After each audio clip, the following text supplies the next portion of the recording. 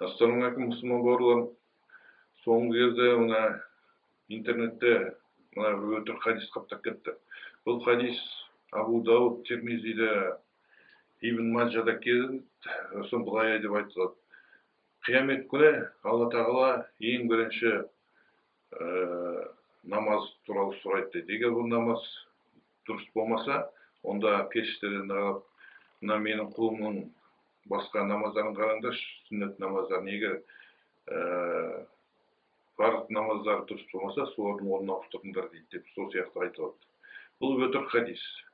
Өйткені басқа хадистер бұл хадисті жоққа шығарады. Мысалы, Бұхари мен Муслимде және Ахмадта келетін хадисте былай делінеді. Ең бірінші Алла тағала қиямет күні төгілген қанды сұрайды дейді. Ұқтыңыздар ма? Намазды емес, ең бірінші төгілген қанды сұрайды. Сол жақта тағы бір хадисте Тирмизиде келген былай дейді. Қиямет күні Аллахтың құлы орнынан қозғалмайды дейді. Мен орысшаны аударып жатырмын қазақшаға, сондықтан кішкене пауза болып қалса, не дұрыс айтылмай қалса кешіресіздер. Сол қиямет күні Аллахтың құлы орнынан қозғалмайды. Мына сұрақтарға жауап бергенше дейді.